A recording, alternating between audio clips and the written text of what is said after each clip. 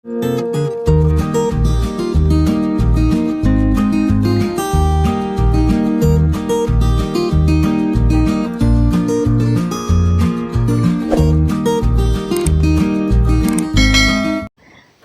Welcome back to my channel. അപ്പോൾ ഞാൻ ഇന്ന് വന്നിരിക്കുന്നത് ഒരു വെറൈറ്റി ദോശയുടെ റെസിപ്പി ആയിട്ടാണ്. ഇതിന് കറികളൊന്നും ആവശ്യമില്ല. അതുണ്ടാക്കാൻ വേണ്ടിയിട്ട് ഞാൻ എടുത്തിട്ടുള്ളത് ദോശമാവിൻ്റെ ബാക്കി വന്ന കൂട്ടാണ്.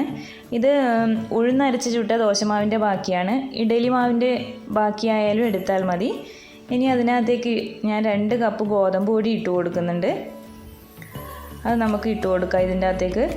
ഇപ്പോൾ ഞാൻ 2 കപ്പാണ് എടുത്തിട്ടുള്ളത്. നിങ്ങൾക്ക് എത്രയാണോ ആവശ്യമെന്ന് വിചാരിച്ചാൽ അത്രയും കപ്പ് കൂട്ടിയെടുക്കാം. ഇനി അതിനകത്തേക്ക് ആവശ്യമുള്ള ഉപ്പ് ഇട്ട് കൊടുക്കുക. ഉപ്പിടുമ്പോൾ ശ്രദ്ധിക്കണം, നമ്മുടെ അരിമാവിന് ഉപ്പിട്ട് കൊടുത്തതാണ്. മഞ്ഞൾപ്പൊടി ഇട്ട് കൊടുക്കുക. ഒന്ന് മിക്സ് ചെയ്തെടുക്കുക ഇത്. അതിനുശേഷം അതിനകത്തേക്ക് ഞാൻ മുട്ട പൊട്ടിച്ചൊഴിക്കുന്നുണ്ട്. ഇപ്പോൾ ഞാൻ 2 മുട്ടയാണ് എടുത്തിട്ടുള്ളത്. മുട്ടയുടെ ടേസ്റ്റ് ഇഷ്ടമാണെങ്കിൽ കൂട്ടിയെടുക്കുക. അതിനനുസരിച്ച് ഒഴിക്കുന്ന വെള്ളം കുറച്ചെടുത്താൽ മതി. ഞാനിപ്പോൾ 2 മുട്ടയാണ് ഇട്ട് കൊടുത്തിട്ടുള്ളത്. അത് നന്നായിട്ട് മിക്സ് ചെയ്തെടുക്കുക. എന്നിട്ട് ഇതിനകത്തേക്ക് ഇനി കുറച്ചായിട്ട് വെള്ളം ഒഴിച്ച് കൊടുത്തിട്ട് ഇത് നമുക്ക് ദോശ ബാറ്ററാക്കി എടുക്കണം. ഒരുപാട് ഒരുമിച്ച് ഒഴിച്ചു കൊടുക്കാൻ പാടില്ല. കുറച്ച് ഒഴിച്ചിട്ട് മിക്സ് ചെയ്തെടുക്കുക. എന്നിട്ട് കുറച്ചും കൂടി ഒഴിക്കുക. അതുപോലെ ഒഴിച്ചു കൊടുക്കണം.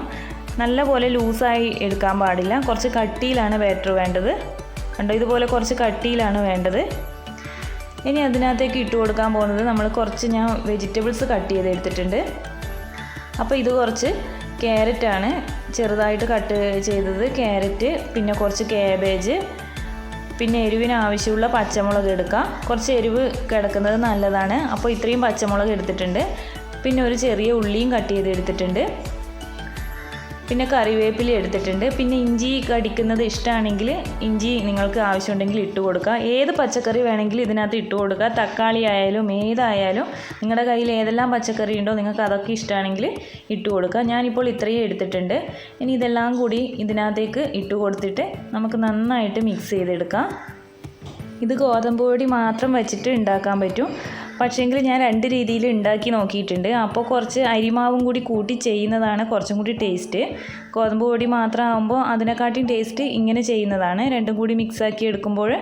അപ്പോൾ ദോശമാവങ്ങാറ്റം ബാക്കിയുണ്ടെങ്കിൽ, അല്ലെങ്കിൽ ഇഡലി മാവോ നമ്മൾ ഉഴുന്ന് കൂട്ടി അരച്ച ഏതെങ്കിലും ബാക്കിയുണ്ടെങ്കിൽ എടുക്കുന്നത് നല്ലതായിരിക്കും. അപ്പോൾ ഞാൻ ഇതുപോലെ മിക്സ് ചെയ്തെടുത്തിട്ടുണ്ട്. എന്നിട്ട് നമുക്ക് ഒരു ദോശക്കല്ല് അടുപ്പിൽ വെച്ച് കൊടുക്കാം. വെളിച്ചെണ്ണ തടവി കൊടുക്കുക. നല്ലപോലെ വെളിച്ചെണ്ണ ആക്കി കൊടുക്കണം. എന്നിട്ട് അതിനകത്തേക്ക് നമുക്ക് ഒഴിച്ചു കൊടുക്കാം.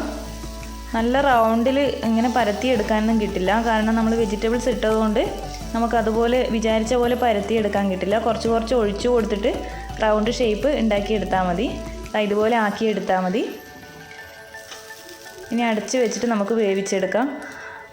ഇത് വെന്ത് വരുമ്പോൾ നല്ല മഞ്ഞ കളറുണ്ടാകും. ഇത് നല്ല മഞ്ഞ കളറാവും. ഇപ്പോൾ ഇനി ഇതിൻ്റെ മുകളിലും കൂടിയിട്ട് വെളിച്ചെണ്ണ തടവി കൊടുക്കാം.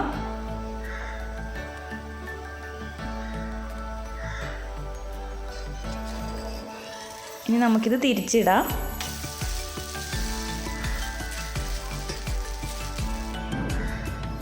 നല്ല ടേസ്റ്റാണ് കേട്ടോ. ഇത് ഉണ്ടാക്കി കഴിക്കാൻ വേണ്ടിയിട്ട് കുറച്ച് എരിവ് അധികമാക്കി എടുക്കണം. കുട്ടികളൊക്കെ ഉണ്ടെങ്കിൽ അതനുസരിച്ചിട്ട് പച്ചമുളക് ഇട്ട് കൊടുത്താൽ മതി. പക്ഷേ എരിവോട് കൂടിയിട്ട് എല്ലാ വെജിറ്റബിൾസും കൂടി വരുമ്പോൾ നമുക്ക് വേറെ കറിയുടെ ആവശ്യമൊന്നുമില്ല. ഇത് മാത്രമായിട്ട് കഴിക്കാൻ കഴിയും. അപ്പോൾ നിങ്ങൾ ഒരു പ്രാവശ്യം ഇങ്ങനെ ട്രൈ ചെയ്ത് നോക്കൂ. നല്ല ടേസ്റ്റാണ്.